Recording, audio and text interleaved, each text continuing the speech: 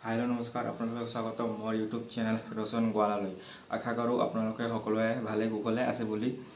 तो चाওক আজি car birthday आपलोके बेसिभागे जाने बा जिसकल व्यक्ति नाजाने आज मोर भिडिओ गम पा अलरेडी आपलोके थाम्बनेलखन चाई गम पाई गल।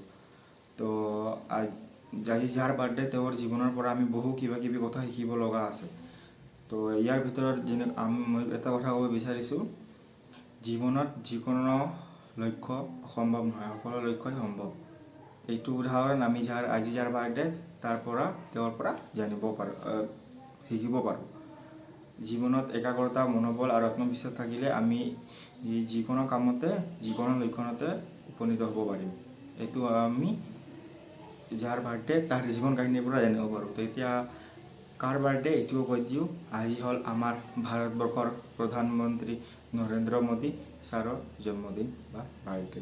তো প্ৰথমতে মোৰ ফালৰ পৰা আপোনালোকৰ ফালৰ পৰা সকলোৰে ফালৰ পৰা happy birthday Narendra Modi sir. আপুনি সদায় সুখী থাকিব, এনেকৈ আমাৰ দেশখন চলাই যাওক। এণ্ড আজি তেওঁৰ জন্মদিন উপলক্ষে মই আমি সকলোৱে আজি ভিডিঅ'টোত তেওঁৰ কথা আলোচনা কৰিম। তেওঁ এজন চাহ বেপাৰীৰ পৰা কেনেকৈ প্ৰধানমন্ত্ৰী হ'লগৈ। প্ৰথমতে মই এটা কথা কৈ দিব বিচাৰিছোঁ, এইটো কোনো ধৰণৰ পলিটিক্স বা পলিটিচিয়ানৰ কোনো ভিডিঅ' নহয় বা ময়ো কোনো পলিটিক্স নহয়, I M A just student. তো এইটো মোদী ছাৰৰ এজন PM হিচাপে মই এই ভিডিঅ'টো বনাইছোঁ। তো এইটো কোনো পলিটিক্সৰ ভিডিঅ' নহয়। তো এতিয়া ভিডিঅ'টো আমি আৰম্ভ কৰোঁ। তো চাওক নৰেন্দ্ৰ মোদীৰ আচল নাম হ'ল নৰেন্দ্ৰ দামোদৰ দাস মোদী আৰু নৰেন্দ্ৰ মোদীয়ে 1950 চনৰ 17 ছেপ্টেম্বৰ তাৰিখে গুজৰাটৰ মেহসানা জিলাৰ বদনগৰ নামৰ অঞ্চলত জন্মগ্ৰহণ কৰিছিল। ঠিক ভাৰতীয় স্বাধীনতা লাভ কৰাৰ 3 বছৰ পিছতে তেওঁ জন্মগ্ৰহণ কৰিছিল আজিৰ দিনটোত। আৰু তেওঁৰ দেউতাকৰ নাম হ'ল দামোদৰ দাস মূলচন্দ দাস মোদী আৰু তেওঁৰ মাতৃৰ নাম হ'ল শ্ৰীমতী হীৰাবেন দামোদৰ দাস মোদী। আৰু নৰেন্দ্ৰ মোদীৰ মাক দেউতাকৰ 6টা সন্তানৰ ভিতৰত নৰেন্দ্ৰ মোদী আছিল 3 নম্বৰ সন্তান। আৰু নৰেন্দ্ৰ মোদীয়ে সৰুৰে পৰা তেওঁৰ পিতৃৰ লগত ৰেলৰ দবাই চাহ বিক্ৰী কৰিছিল। আৰু ইয়াৰ লগতে আৰু তেওঁৰ ভাতৃৰ লগত বাছ ষ্টেণ্ডত চাহৰ এখন দোকান আছিল তেওঁৰ ভাতৃৰ, তাতো তেওঁ ভাতৃক চাহ বিক্ৰী কৰিবলৈ সহায় কৰিছিল।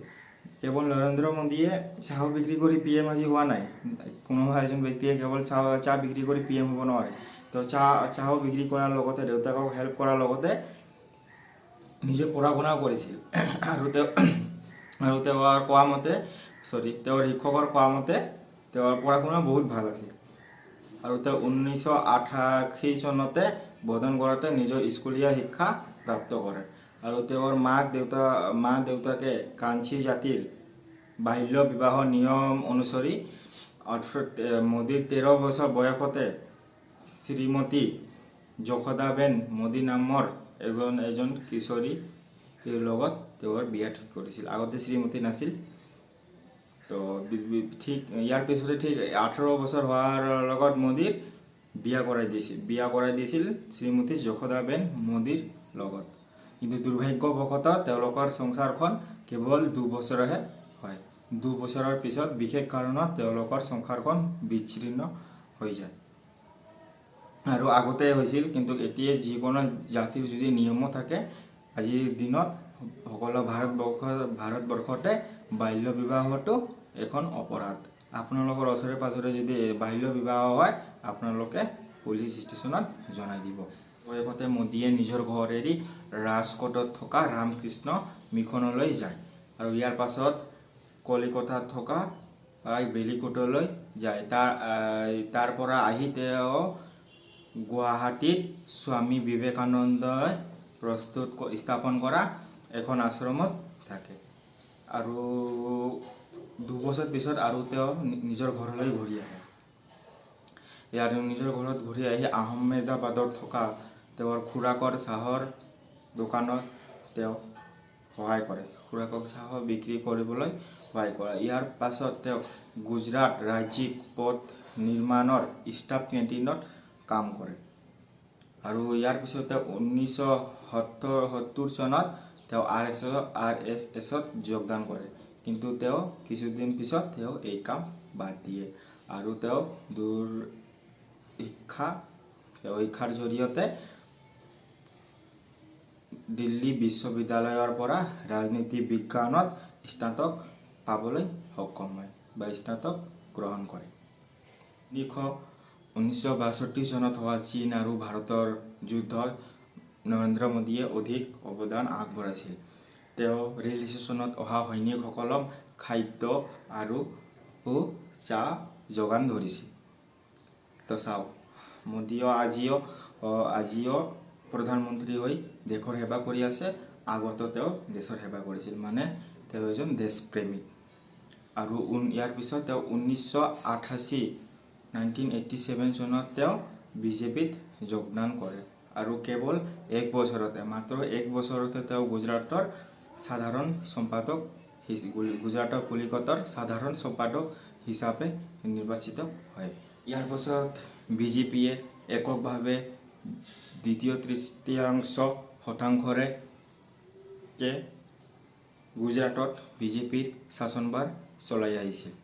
1995 চনৰ পৰা বিজেপিৰ শাসনভাৰ বা বিজেপিৰ চৰকাৰ চলি আহিছে। ইয়াৰ পিছত 1998 চনত নৰেন্দ্ৰ মোদীক সাংগঠনিক সাধাৰণ সম্পাদক হিচাপে নিৰ্বাচিত কৰে বা ৰূপান্তৰিত কৰে।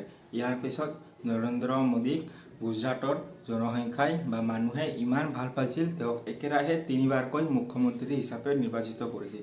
আৰু ইয়াৰ পিছত নৰেন্দ্ৰ মোদীয়ে মুখ্যমন্ত্ৰী হৈ গুজৰাটক ভাৰতৰ এখন শ্ৰেষ্ঠ ৰাজ্য হিচাপে গঢ়ি তুলিছিল। এখন নম্বৰ 1ত গুজৰাট আছিল নৰেন্দ্ৰ মোদী CM হৈ থকাৰ পিছত।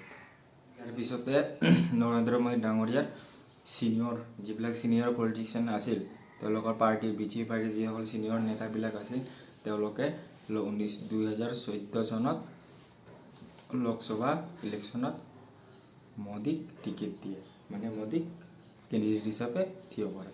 তেতিয়াৰ পৰাই দেশবাসীয়ে মোদীক ইমান মৰম দি, ইমান স্নেহ দি মোদীক 2014 চনৰ পৰা আজিলৈ মোদীক প্ৰধানমন্ত্ৰী হিচাপে নিৰ্বাচিত কৰি আহিছে। আৰু ময়ো বা আপুনিও বহুত ভাল পাই আছোঁ মোদী। আৰু তেওঁক হয়তো পলিটিক্স হিচাপে ৰাজনীতিত কোনোবা ভালো পাব পাৰে বা কোনোবা বেয়াও পাব পাৰে, কিন্তু এইটো কোনো পলিটিক্সৰ ভিডিঅ' নহয়। তো এজন ভাল মানুহ হিচাপে মই আজি এই ভিডিঅ'টো বনাইছোঁ। তো আশা কৰোঁ আপোনালোকে ভিডিঅ'টো ভাল পাব। আৰু happy birthday Narendra Modi sir. আৰু ভাবিছোঁ যে তেওঁৰ সৰুৰ ফটো বা তেওঁৰ মাতৃৰ সৈতে ফটো বা তেওঁৰ ৱাইফৰ ফটো মই এই ভিডিঅ'টোত আপোনালোকক দেখাই দিম। তো আজিলৈ ইমানেই। ভিডিঅ'টো ভাল লাগিলে লাইক কৰিব, কমেণ্ট কৰিব, শ্বেয়াৰ কৰিব, ছাবস্ক্ৰাইব কৰি দিব। ঘৰতে থাকক, সুৰক্ষিত থাকক, মাস্ক পৰিধান কৰক, বিনা কাৰণত বাহিৰত ওলাই নাযাব। টিল and Tata and bye bye. এই ফটোটো নৰেন্দ্ৰ মোদীৰ হয়, সৰু কালৰ ফটো হয় এইটো নৰেন্দ্ৰ মোদীৰ।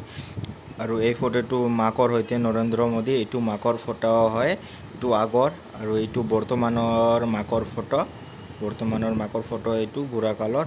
আৰু এইটো ৱাইফৰ ফটো, নৰেন্দ্ৰ মোদীৰ ৱাইফৰ ফটো, আগৰ ৱাইফৰ ফটো।